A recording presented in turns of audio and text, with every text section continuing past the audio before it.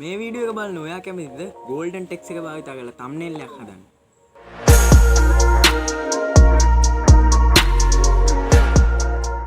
ඉතින් ඔයාලා හිතන්නේ මේ ටෙක්ස් එක හදන්න පුළුවන් Photoshop එකෙන් කියලා විතරද?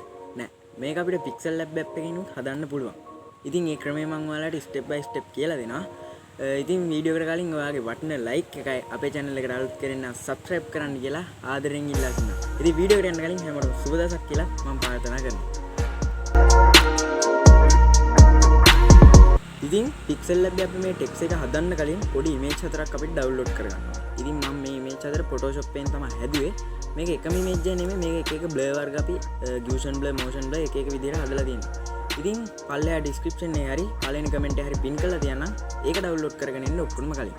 හරි ඉතින් පළවෙනිම කරන්න ඕනේ Pixel Lab application එක අපි phone එකට download කරගන්න ඕනේ. ඉතින් මේක නම් මම හිතන විදිහට YouTube එකට thumbnail හදන අයට මේ application එක ගොඩක් ප්‍රසිද්ධයි. එහෙම නැත්නම් ඔයාලට පුළුවන් Play Store එකට ගිහිල්ලා Pixel Lab එක download කරගන්න.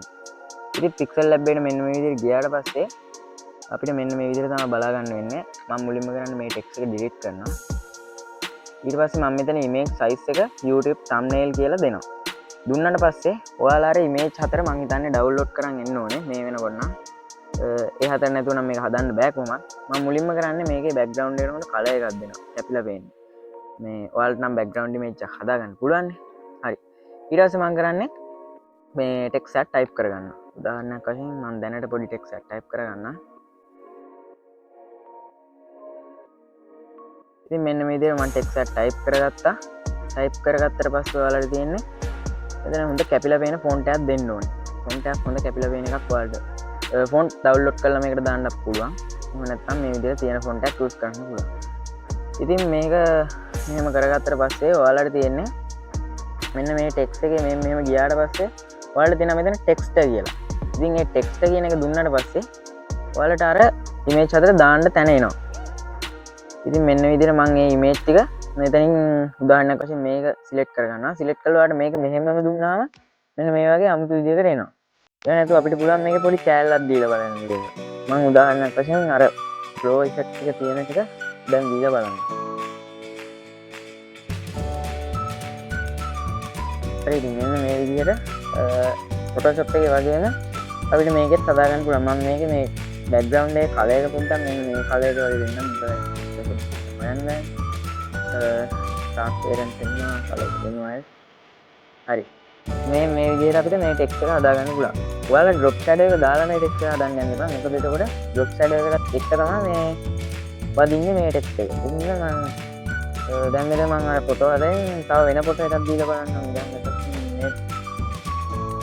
මේකේ motion blur එක එක විදිහට හදලා motion blur දාලා එක blur හදලා දැන් මේ හරිය ඔය හරිය විතරක් අපිට දුන්නාට පස්සේ මේ වගේ තමයි බලා ගන්න පුළුවන්. ඉතින් ඊට පස්සේ මම දැනට මේක දා ගන්නවා. ඔයාලට කැමති එකක් text එකට ගහලා දෙන්න හදාගන්න තියෙනවා. ඉතින් මේ shadow කියන එක දීලා ඔයාලට වෙන මේ පල්ලෙහාට ගියාට පස්සේ මෙතන මේ tick එකක්. එන්න මේ tick එකක් දුන්නාට පස්සේ පොඩ්ඩක් ආමුතු ගතියක් ආවා text එකට. ඊට පස්සේ game එකට පොඩ්ඩක් කොහොමද පැත්තට දාලා පොඩ්ඩක් 3D ගතියක් එන විදිහට ඔන්නම හදාගන්න. මේ text එක තමයි මේ දැන් මේ විදිහට ඒක ඕන තැනකට යන්න කරන්න පුළුවන්.